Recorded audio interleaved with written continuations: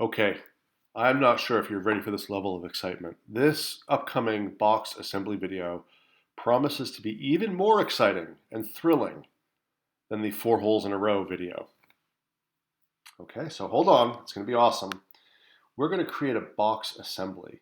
And assemblies are these great files, these great files where you can actually put different parts together and even see if they work. You can animate them to see if your gears are intermeshing properly or your wheels are turning and your axles aren't sliding and all the rest.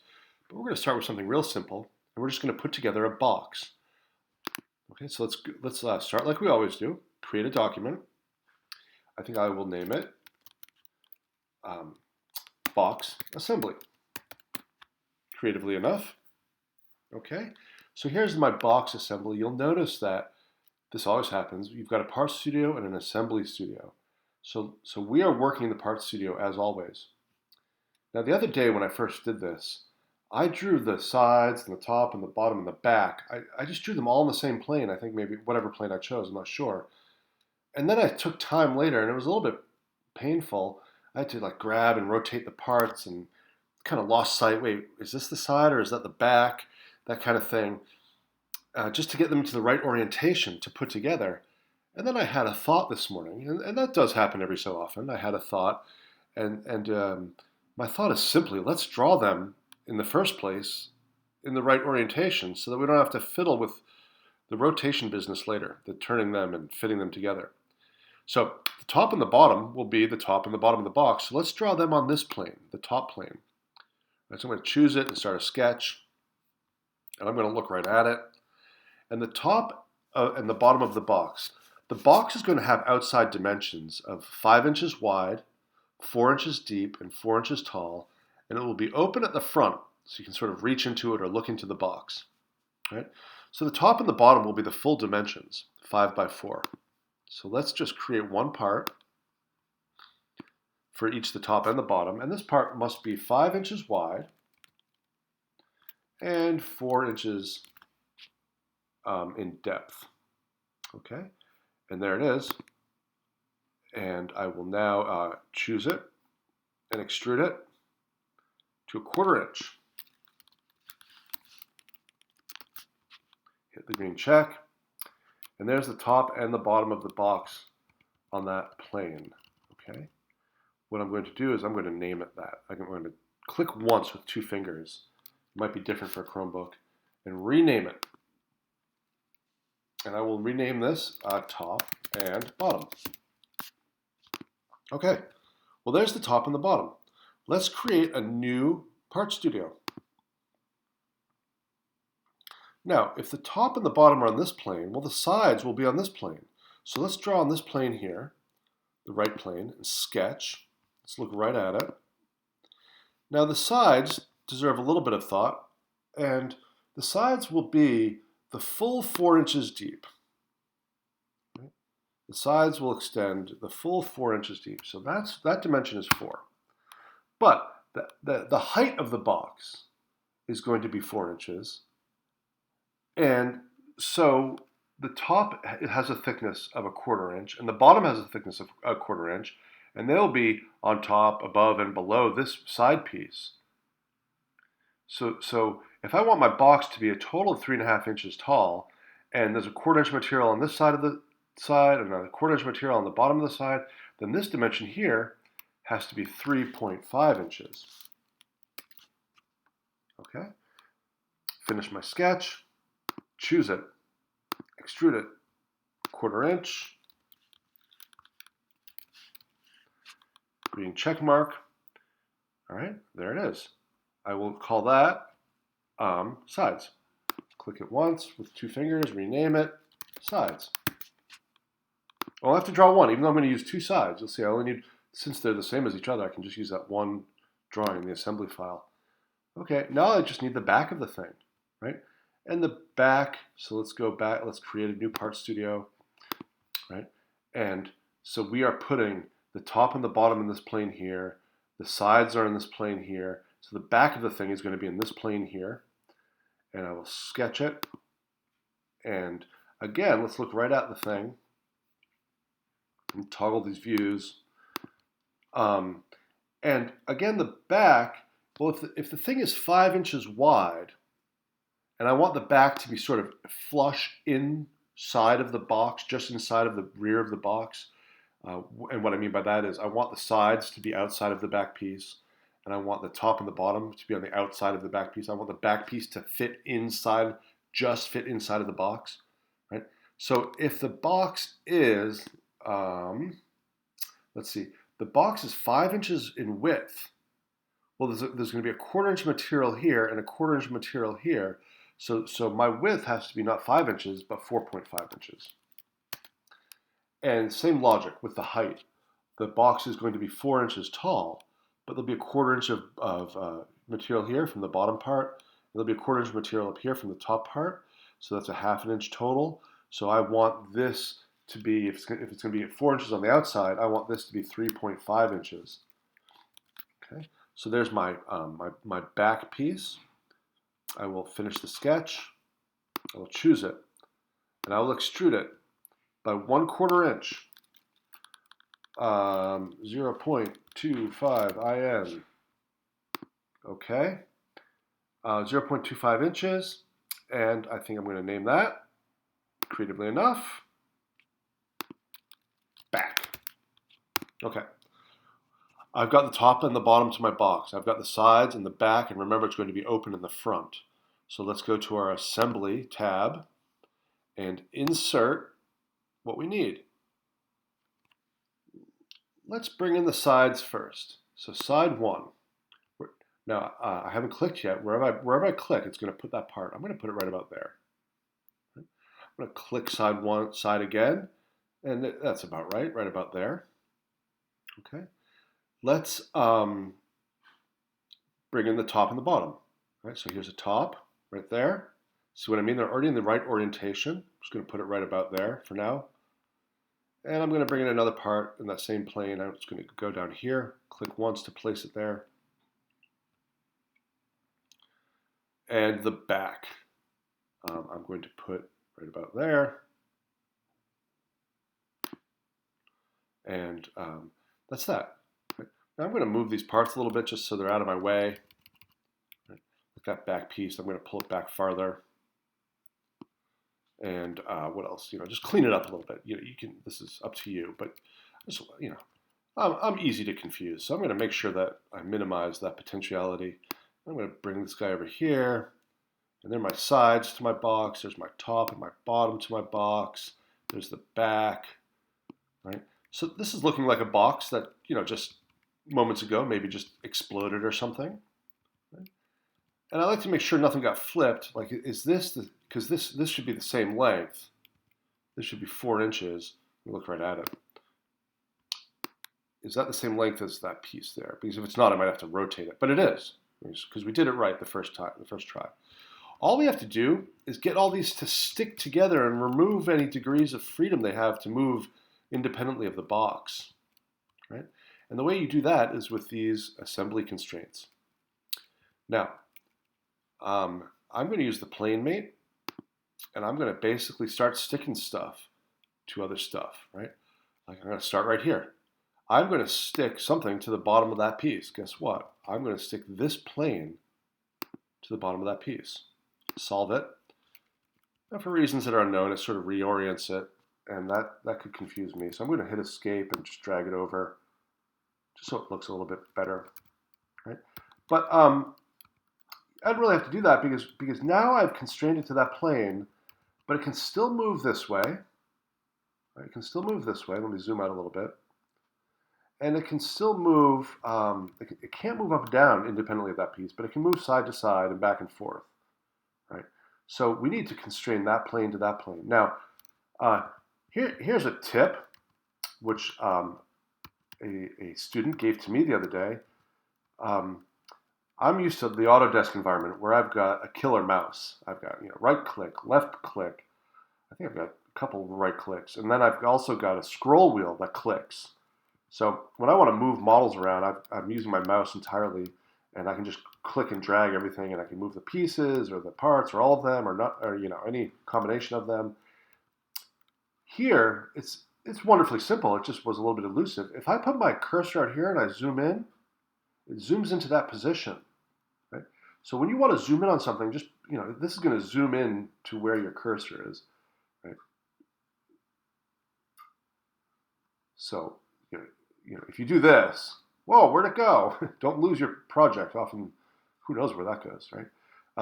But zoom in just by doing that. Simple enough and very helpful. Right, so PlaneMate. I'm going to stick this side to that. Hit OK. Back off a little bit, see what things look like here. Right? Now I just stuck that plane to that plane. It can't move this way anymore. And it can't move up and down, but it can still move side to side. I won't do this with every piece, but I just want to show you that this can still move this way. It can't move towards me and away from me. It can't move up and down independently of the top piece, right? But it can move sideways. So I've got to make this plane constrained to that plane. So let's just get a closer look here and choose the planar mate and that to here. Now make sure you're not choosing an edge. You don't want to do that or that edge or anything like that. You want to be right in the center. There's an indicator right there. Right? You don't want that. You don't want that. You definitely don't want that up there. You want this one here. Right? Solve it out, and that should be fully constrained in all 3 dimensions, right? That piece. I'm just going to go ahead and do it with the other pieces. Right? I'm going to stick this to there now. Right? So I'm going to go up and maybe zoom out a little bit. And I'm going to planar mate, choose that surface, and I've got to choose the top of this piece here. Zoom in so you know you get it right. Again, don't do that edge. You got to get it in the middle. There it is. Press green. Now let's mate this plane. Sorry, let's mate these right planes together. That to that. Right, so here to here. Okay, and I believe it can probably still move back and forth. Yep, but we don't want it to, so we've got to constrain that plane to that plane. So that plane to that plane.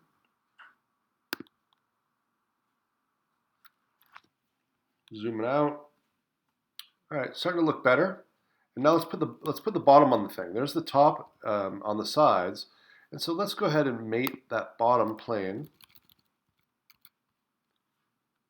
to right there, the bottom of that, right there. It's not zooming in. Right there. There we go. Zoom in. Make sure I get it right the first time. Hit OK.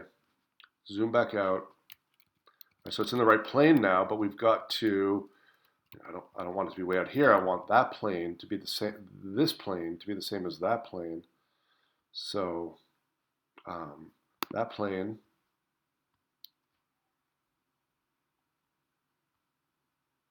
to that one.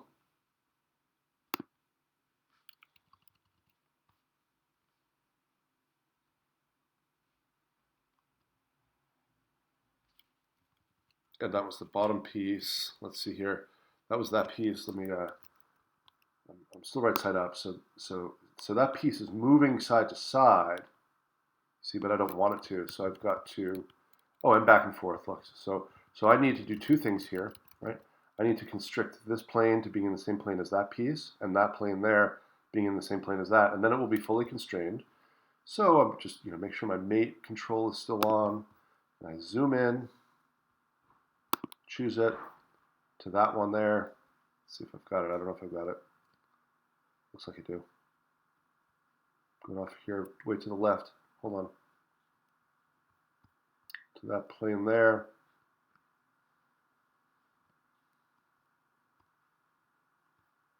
There it is. Save it. And one more, right? One more. I haven't constrained all of its degrees of freedom. Let me double check that. Which one I have to do still.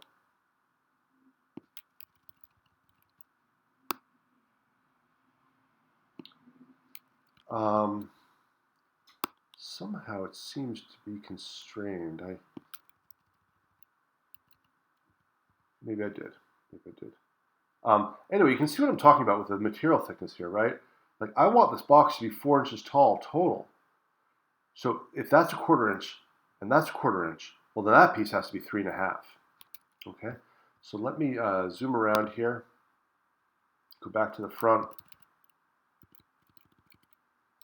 So there's the back of the box. Let's get a little bit closer. There's the back of the box, and I want it to fit right in there. I want it to fit right in there. A little closer. So it looks like it'll probably fit. It should. You know, the calculations weren't terribly complex. And so I just need to, you know, constrain the right planes to the right planes. This goes on the inside, so be careful. It's easy to, you know, choose that one and that one, but then it's offset towards you. So let's zoom in and choose, let's mate this plane here. And let's rotate around, zoom out a little bit maybe. Keep rotating to that plane in there. So now that piece is inside the box, and it's stuck to that plane there, but it can still move. It can still move. So let's constrain this plane to that one. And now it can still move up and down, but that's it, right? So let me escape out of here to show you. This can move up and down, like a little garage door or something, but it can't go side to side on its own without taking the box with it. And it can't go back and forth either without taking the box with us, but it can go up and down. So all we have to do is, you know, the easier one will be, well, gosh, I don't know. They're both equally easy. I need to do the top, not to this top, because then it's going to be up too high, to the inside of the box, right? So plane, and I like to zoom in on these just to make sure I'm getting the right part. I don't want to have to come back and undo it later. That, and now I need to go inside the box, and I want it to be on that plane there. And so backing out, I think we are good to go. Let's see here. So let me look at the isometric view. Isometric view.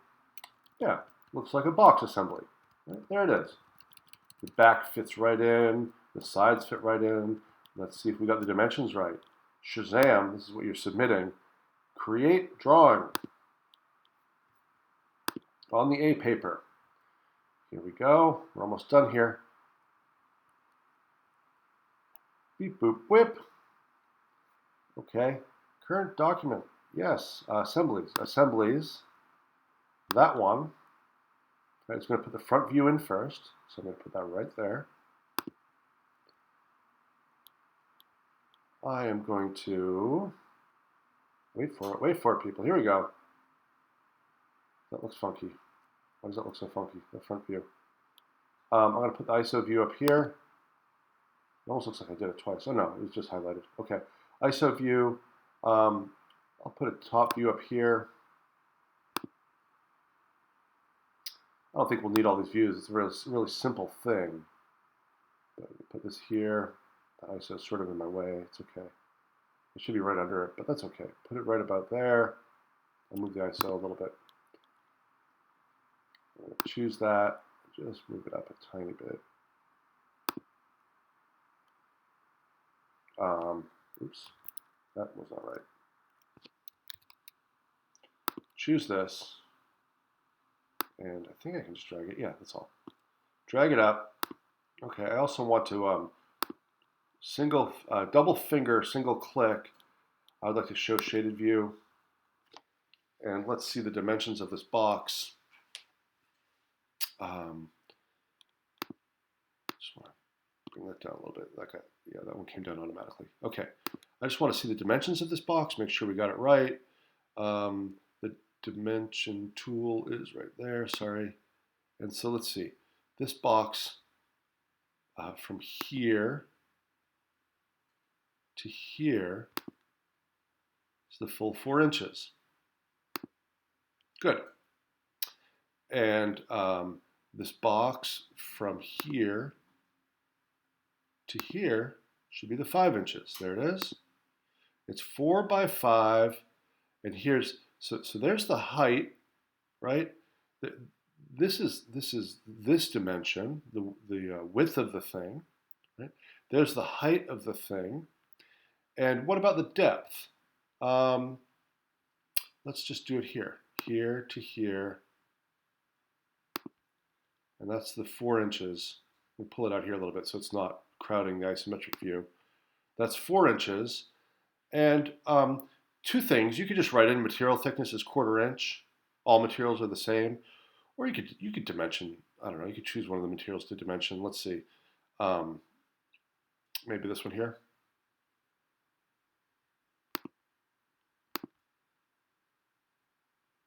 0.25 inches. And you could leave a text. You could leave a text note also, or something like this. Material thickness equals 1/4 inch.